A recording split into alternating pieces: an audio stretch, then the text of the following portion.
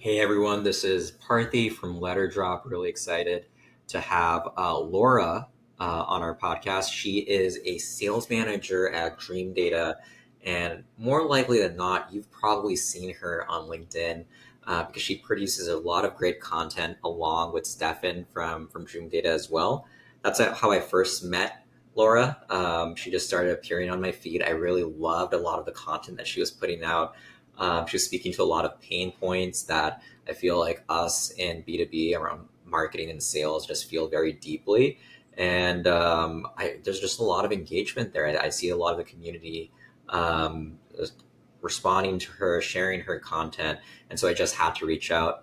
And so I reached out to Laura to learn a little bit more about why she does this, how she does this, what is the social selling stuff that she does, and how the rest of us could maybe learn a thing or two from her and maybe think about replicating what she's doing for our business and for our own audiences. So, with that said, Laura, welcome to the show. Thank you so much, Parthi. Really nice to meet you, and thank you for reaching out for sure. Absolutely. So, Laura, tell me, I see you on LinkedIn all the time. I love your little videos from the car and all that kind of stuff. But tell me, when did you get started with and call it whatever you want, with social selling, posting on LinkedIn more actively? Yeah, and you're right. This baby has a lot of names. So some people call it employee advocacy, social selling, activity on LinkedIn, influencer marketing, whatever you call it really. But the what it ends up being is being active on LinkedIn, talking to your potential buyers, talking about the problems that they care about, or at least talking about the topics they care about, and then weaving in the problems that you're actually trying to solve. And that's how I approached LinkedIn as well. So I joined Dream Data 4 years ago, and we started being very active on LinkedIn 3 years ago. So before that, we were active. I was active as well. I work at a startup, so I know we have to find ways, like cheap ways, to be there and for your buyers to find you. And we sell mostly to marketers, and marketers are on LinkedIn because they're spending their money on LinkedIn, they're checking their feed, and also trying at least to do the same thing that we're doing, being active, engaging with their audience, and at least generating those leads that everybody's talking about all the time. So 3 years ago, we started, and it did not start from nothing really. So we did it before, but actively starting was when we saw results of it. And the way it happened was I made a post about one of those screenshots of here's the attribution of your deal. This is how much is given to paid. This is how much is given to organic, and so on, yada, yada, yada. This is how we close the deal. And it's a nice post, like a celebration. Hurrah, hurrah, you close a deal, very nice. And Chris Walker commented on it negatively. And Chris Walker is very known, but even back then, he's like, oh, attribution doesn't work or something like that. And I'm new to this. I'm still like 1 year into Dream Data, new into all the startup life.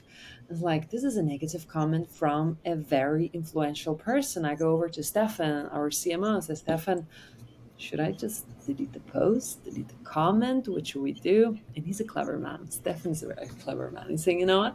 We go for lunch and we go back and we see what happens. And we come back from lunch and the post has exploded. Back then, thought we that did explode that post. And the day after, when we checked, so it was our highest day for MQLs created on our website from direct sources. And the whole week was the highest traffic, even higher traffic than we announced our, what was it, seed funding round. So it was big. And well, and for a startup, this is kind of almost free marketing. So say, okay, now we do this. Now we do this for real. So we engaged our team back then. I think we were 6 people in the revenue team, marketing, sales, and customer success. We're going to do it more structured. We made a challenge, not even a challenge. We said if we reach 300,000 views within a quarter, we go for dinner. That's it, and nothing more. It's like not no big rules of like how you need to do stuff, what do you need to speak about, and so on. We all know that we need to speak about the problems that we're trying to solve for our buyers, but how we're going to do this, let's figure this out. And we reach more than 500,000 views in a quarter. That was big. For that time, it was huge. Like now we reached this like within a week. But back then it was huge. And that's why I urge all of the companies to try this out. It's not easy, it requires a lot of effort, and it's not for every employee of yours. And we can uncover that. How does that work? So nowadays, we at Dreamdata, we can attribute in a data driven attribution model actual pipeline sales accepted leads to at least $1 million a year last year. So I ran the report for last year. We had attributed deals to organic social above 1 million of actual pipeline. Imagine that. Just to that one source without any paid, anything at all. And I did not run the report for this year, but it's already above that of what we're seeing. So it does increase year after year. Amazing. And is that all just inbound, or is that also outbound? I imagine this presence that you've built also improves your outbound reply rates. If Laura emails me, I'm like, I've seen Laura online. Like, obviously, I'm going to respond to her, as opposed to, I don't know who this person is. Like, they're trying to DM me, they're trying to email me, cold call me. And so I imagine it's not just inbound, but it's also outbound that's impacted by this activity. That's a good point. So the report that I ran was for sales accepted leads. So that's mostly for inbounds, but there's outbound in the mix as well. So last year we almost did not run any outbound. And that's also the lucky part of it because there is so much activity going on that we are so lucky to have a lot of inbound. We're starting this right now for outbound, and it definitely helps, both for outbound, but also for reactivating dead deals, or even to keep yourself on top of the mind of your buyers. So now you're mentioning, well, you're getting a lot of cold calls, cold emails. We're tired of this. And we're talking a lot about personalization or personalization, being relevant and so on. I see social selling as nurturing one to many. Because if you connect with the right people and talk about the problems that they care about, they will always know what you stand for. Where your title says this, usually you would even write what problems you're solving in the title. And if you are speaking about the problems that they care about, not just the thing that you fix, they will always know. Like only 5% of all of your target audience that you're speaking to or trying to reach out to are actively buying. The rest is just marketing's job. So for you to not have to send those mass emails, which also is getting harder and harder, it's much easier to stay top of mind like that. But it's not as easy as you might think because it requires a lot of effort and a lot of mental power as well to create that type of content. So you mentioned it's a bunch of work, but you've been able to implement it successfully. It sounds like you have some team level goals around this as well. Walk me through how you. And you mentioned like you saw that initial Chris Walker comment, which drove some initial engagement. You had a wonderful day with a lot of inbound MQLs, and then you decided to formalize this process. Talk to me about how you formalize the process. How do you get your team involved? Who on your team is involved? Is it just like sales, marketing, execs? Like what's going on internally behind the scenes? Yeah, so it's mostly sales and marketing. Everybody knows that this is a big part of our pipeline.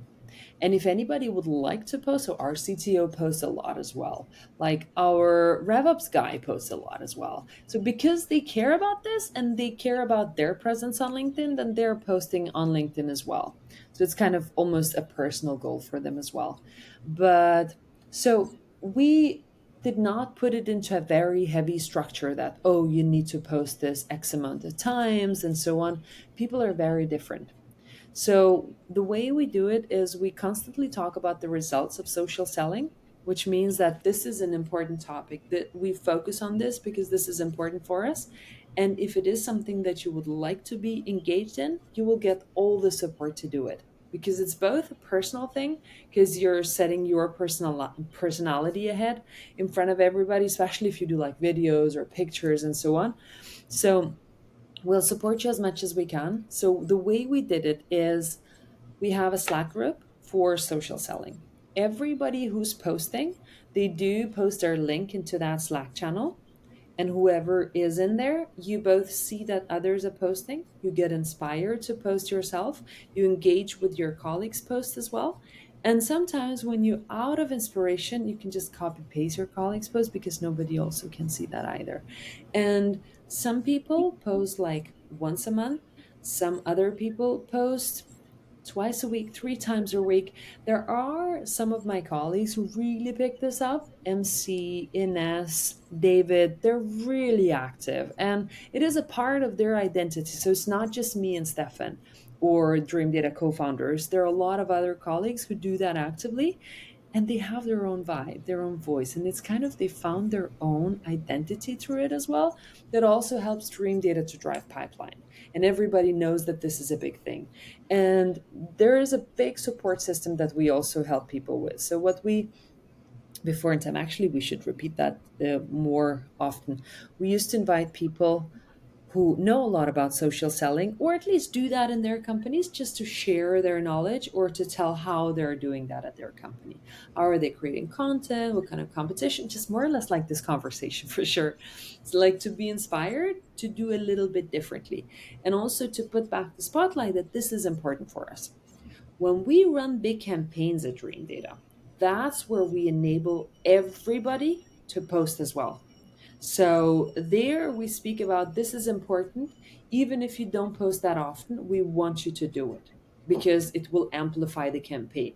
So let's say we released B2B benchmark reports.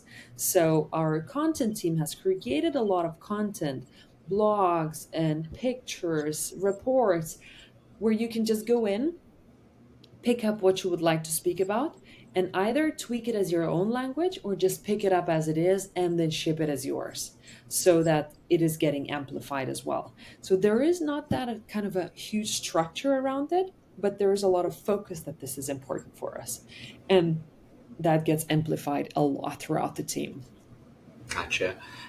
If let's say you're talking to another sales leader or a peer at another company, right? And they're thinking about how to build. They're worried about pipeline personally, and they know that this is something that works, but they're not quite sure how to get started. They're not sure how to internally speak about it. They're not sure how to evaluate it against other activities. They're not like, Yeah. do I hire another SDR and just increase our volume? Or do we maybe start something around this? There's all these trade-offs, right? Yeah. What is your advice? Like if another sales manager came to you and was like, hey, Laura, I'm trying to think through this problem. What's your advice to them? And they might Yeah. be in a different industry too. Just keep that in mind. Yeah, it really depends on the size of the company to start with. So if you are a company like, I don't know, 100-ish employees, it all starts with your leadership. It does not start in sales. If sales just started it, it would be just another outbound channel, more or less, and very flat. I promise you that you would see through. So if your founders have started posting and sharing both their story, talking about the problems, the whole company will follow.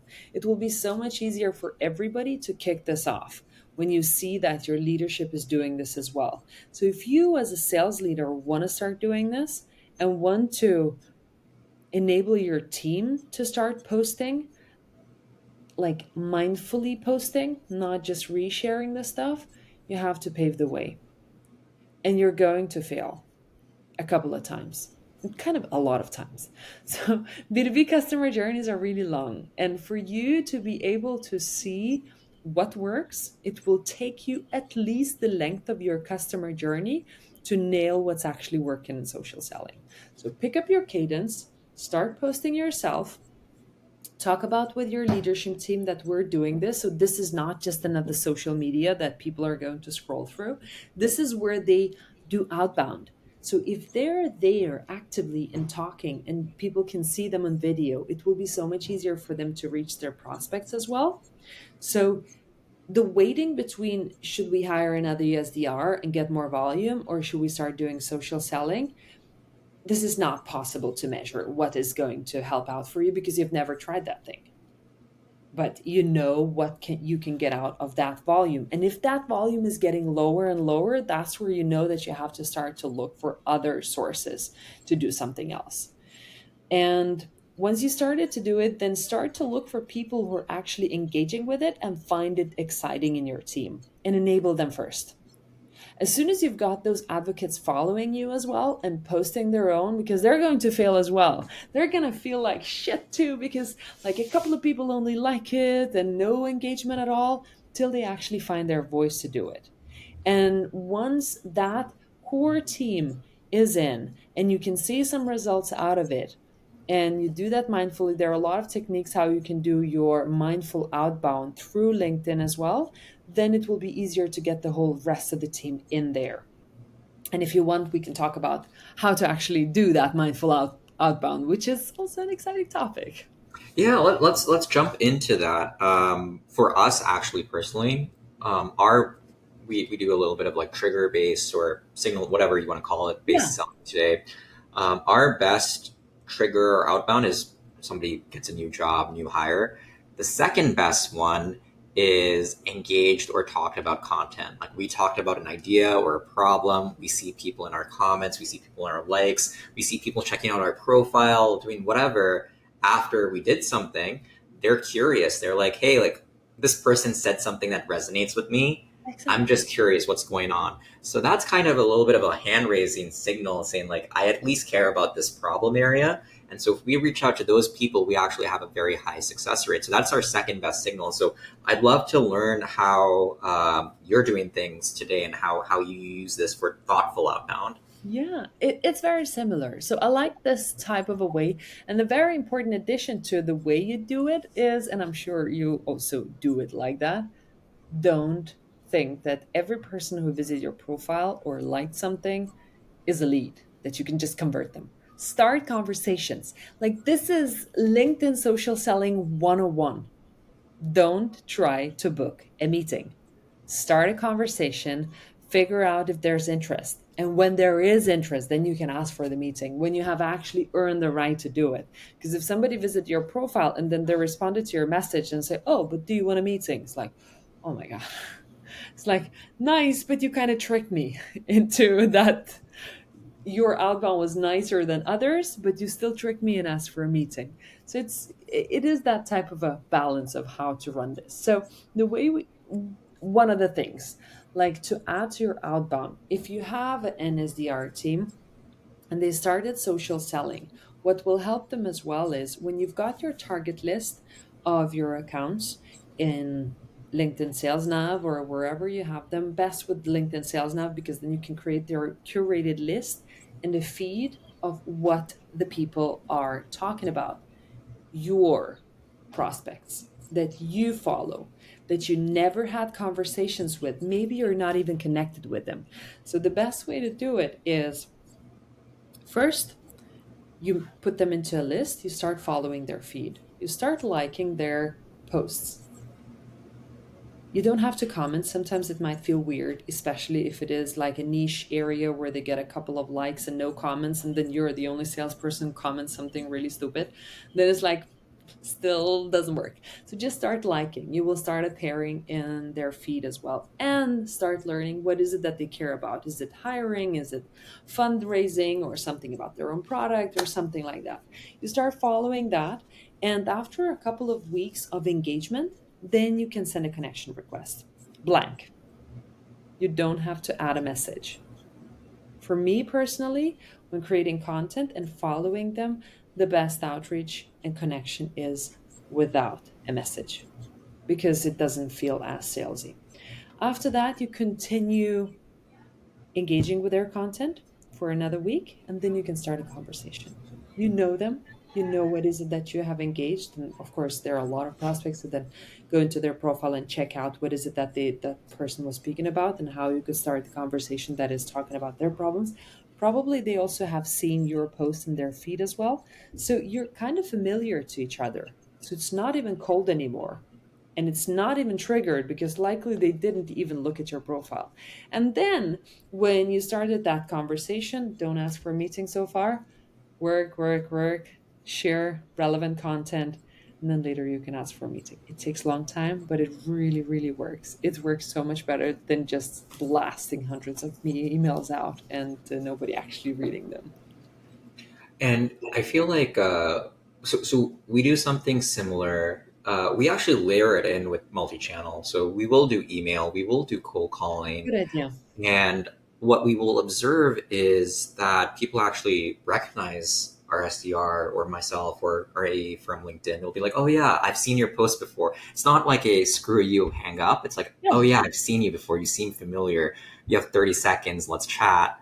Or at least you seem more human. So they actually want to have a conversation with you as opposed to you being a complete stranger is something that we've observed. Yeah, exactly. No, that's great. That's great. It sounds good. In terms of, I think some people will say, "Hey, my target audience, I don't know if they're on LinkedIn." So if you're selling to marketers, salespeople, HR, people ops, executives, I get it. They're on LinkedIn. I think there's a lot of lurkers, completely silent. LinkedIn is just like their job profile. They might just be they might be active still. They might be like weekly actives, come in occasionally. What is your advice for people who feel like that their audience is in that bucket? The other thing I've observed is that a lot of people feel like their audience is in that bucket, and then they're surprised to learn once they do it to be like, oh, there's actually a lot of people here in our ICP that we didn't realize just because they're not sales or marketing people, but they're actually here. Exactly. Well, first of all, create that feed for yourself to see what they're posting, but also start to follow the influencers that those lurkers are following. As soon as you start following the influencers and start commenting on the influencers' posts as well, you will be appearing there as well. So you will understand what type of problems they're caring about. And even especially if those lurkers are liking some of the stuff from the influencers as well, then you can start a conversation from there. Not a weird conversation. Oh, I saw you liked Laura's post. So do you want a meeting? It's like, no. But talk about those exact problems that have been addressed on those posts of the influencers that they follow, because that will be much more genuine too. And that would be picked up from LinkedIn. And especially if they are the lurkers who are following the influencers and you comment on the influencers, your posts are going to pop up there as well.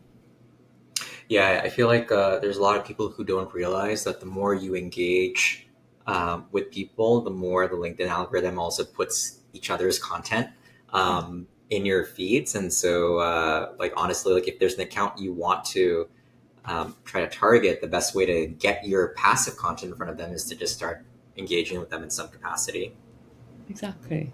Yeah. In terms of um, sort of like ABM. So right now, I think a lot of companies are, if you think like ABM is all the rage. I know it's been around for a decade, but I feel like in the past couple of years, there have been like massive platforms like Six Sense, Demand Base. People are really thinking about ABM.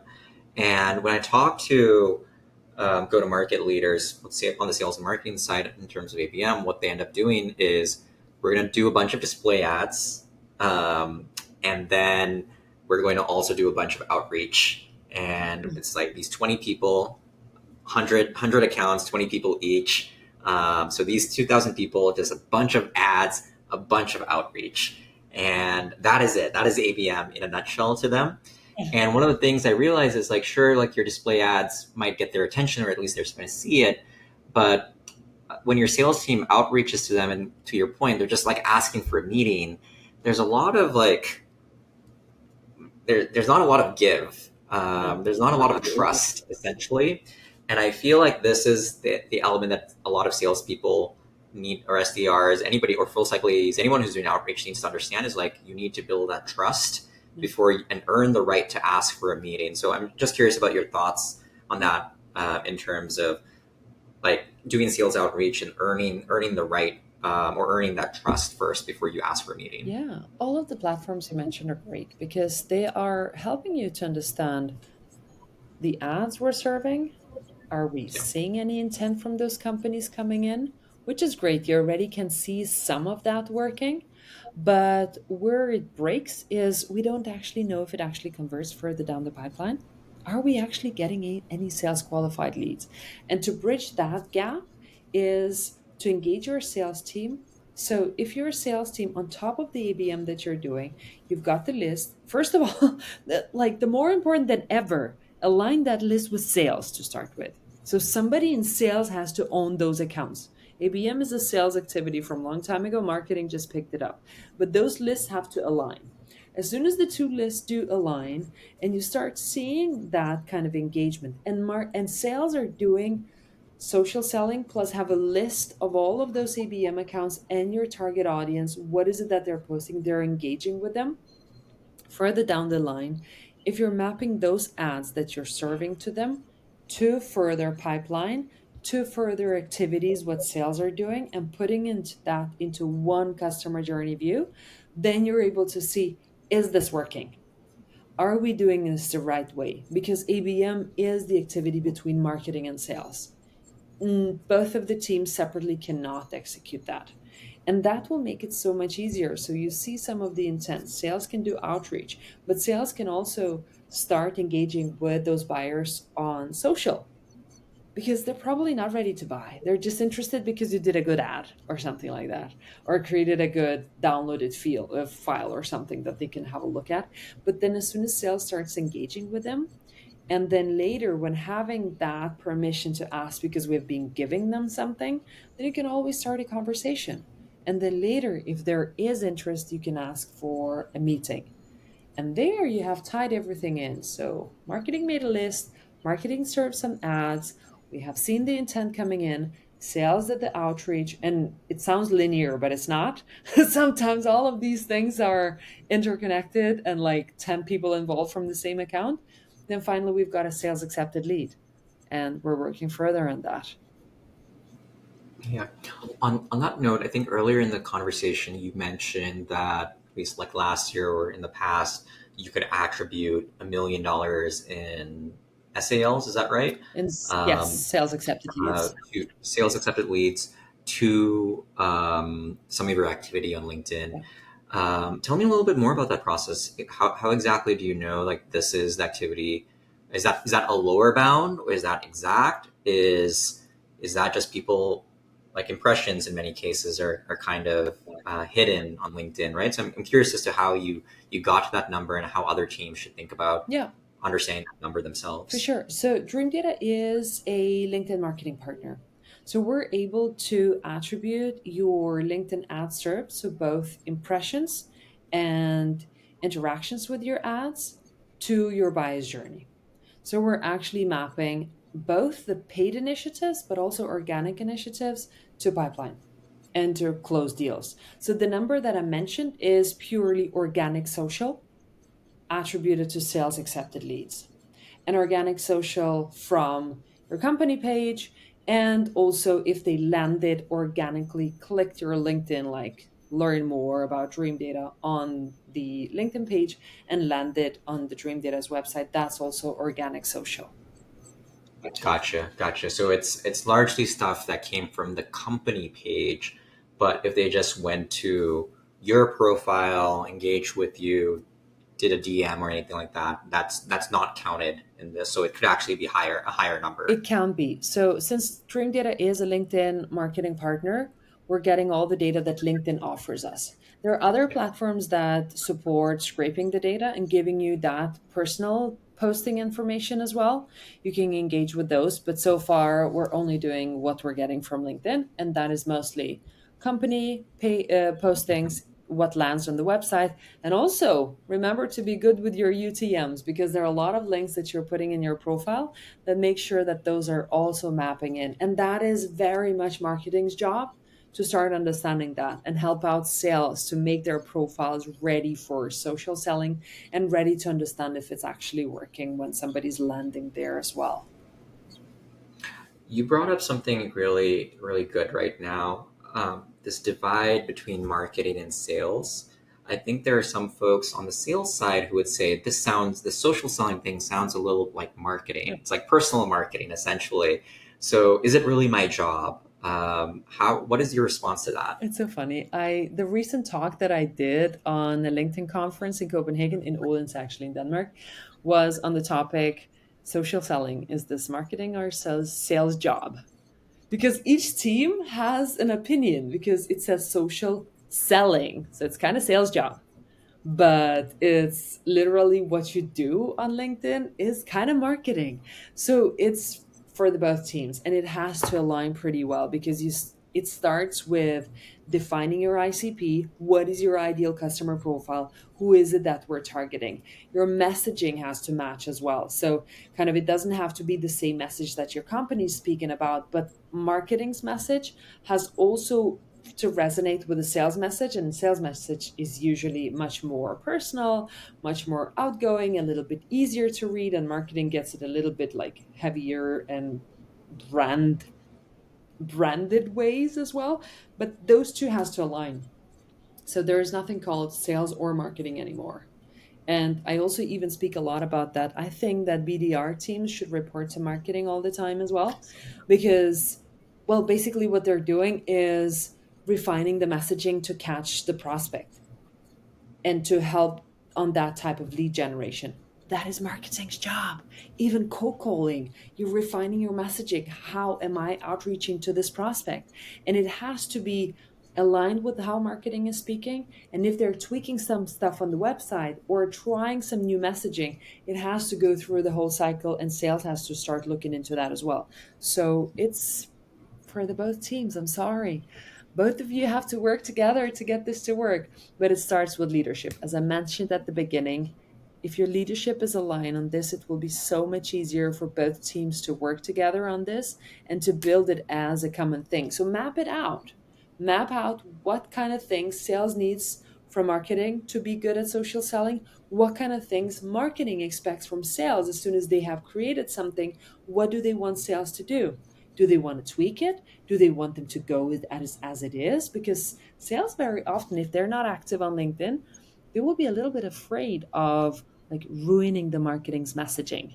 It's like, oh, this is not on brand. Can I even say this? Like, enable them. First of all, don't limit, and then start talking about what does good look like rather than putting something into a box. So it's for both teams. I'm sorry.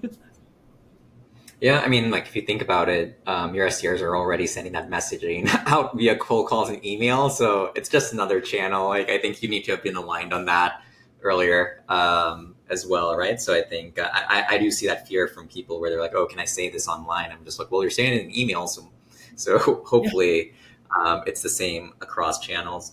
I think there's also an element where there are two types of brands. There is your product brand, and then there's also the individual brand. Yeah. At the end of the day, people buy from people. I've heard of HubSpot. Obviously, everyone's heard of HubSpot. It's a really great product brand. But who is the person who's going to get you to switch from Salesforce to HubSpot? Yeah. It's an individual. And that's that person who you trust. And they're like, hey, like, I'm going to take care of you. I really understand your problems. I'm educating you about the differences between platforms and why one of these is better for me. And then they're the ones who are going to move you over. And so I think sales and marketing teams need to realize like, yes, there's product brand. And I think there's a lot of investment in building product brand, but not enough people are investing in building those kinds of personal Yeah. brands. I imagine Brian Lamana at Gong has a lot more success, and that's why he reaches President's Club than maybe another AE at Gong who isn't as trusted online, for example. And so I'd love to see more companies just invest more in building individual sales reps because it's a skill that transfers, right? Like Brian Lamana can go somewhere else and repeat the exact same thing, build a Yeah. trust, new category, new product. He has the skill set down and he has the trust down to be like, people are like, okay, this person will learn about something and educate me, and I want to buy from them. Agree. Awesome. Well, Laura, it was phenomenal having you on the show. You had a lot of great advice for sales leaders who are starting to think about social selling, starting to decide where this falls in terms of marketing and sales and how they should even go about it. So thank you so much for joining us today on the podcast. If anybody who's listening today wants to reach out to you, what's the best way to get in touch with you? Yeah, thank you so much, Parthi. It was great. And thank you for inviting. If anybody would like to chat, reach out, connect on LinkedIn. That's where I am all the time. And yeah, for the good and the bad, it's both for the sales and for the social selling. I'm there. Thank you so much. Amazing. Thank you, Laura.